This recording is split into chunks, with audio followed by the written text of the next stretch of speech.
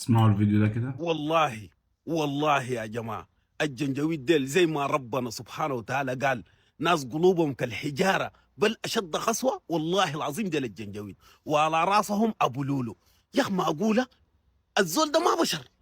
أنا متأكد الزول ده ما بشر، ده ما إنسان، ده شيطان. وحياة الله ده شيطان. ها يا اخي مواطنين أزل، الواحد جاري من الحرب، اكل ما لاقي، شراب ما لاقي، جارين من الحرب. ها تلقاه وزول ضعيف قدامك. يا اخي فلنفترض انه عسكري عديل قد بقاتل وانت قبضته اسير، بتقتله بالطريقه دي، والمشكله بوسخوا جرائمهم بيدينهم. يعني الواحد بوسخ جريمته بيدينه والعالم كله شايف وبصور وبيفتخر بالحاجه دي. وين القلب؟ وين؟ ما عندكم رحمه انتوا؟ الله ما اداكم قلب؟ ها ما انسان انت ما بشر انتوا. زول ضعيف قدامك يقول لك عليك الله ما تقتلني، بتقتله. والنساء والاطفال.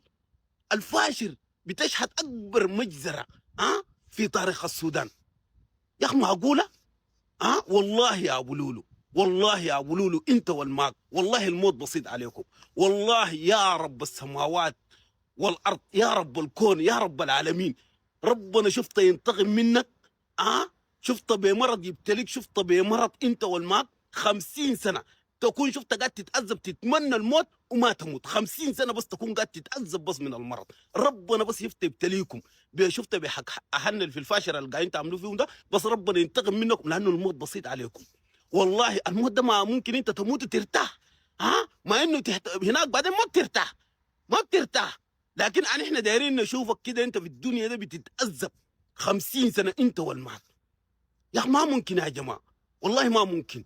وانا المحيرني اكتر لسه بعد الجرايم اللي بوصغوها الجنجويد، تلقى واحد ابن 60 كلب خدت يدينه مع الجنجويد وبساند الجنجويد وبقول لك احنا عندنا قضية وسياسة. يا اخي بعيد من السياسة، وين الإنسانية؟ بعيد من السياسة. دماء هنا الموضوع طلع برا من السياسة. وين الإنسانية؟ وين الرحمة؟ وين البشر؟ وين البشرية جواكم؟ انتوا ما انسان؟ ما بتحسوا؟ يعني بعد الجرائم اللي بوسخوا الجنجويد بيدينهم، والمجازر اللي قد تحصل لاحنا في الفاشر، بعد ده لسه الواحد تلقاه خدت يدينه.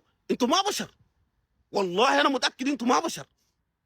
ما في مخلوق، ما في بشر كده عنده حبة رحمن في قلبه يشوف الفيديوهات الحسي حاليا موجودة في الفيس ده ولسه يكون قاعد بساند الجنجويد. ده ما بشر، انا متاكد ده ما عنده قلب، ده ما عنده رحمن، ده ما عنده اهل. والله العظيم يعني بجد حاجه بتخوف، حاجه بتخوف. احنا عايشين في ايات عالم يا جماعه، ده ايات عالم اللي احنا عايشين فيه ده. يا اخي دي ما سياسه، بعيد من السياسه. ده حاجه طلعت من السياسه. يا اخي عسكري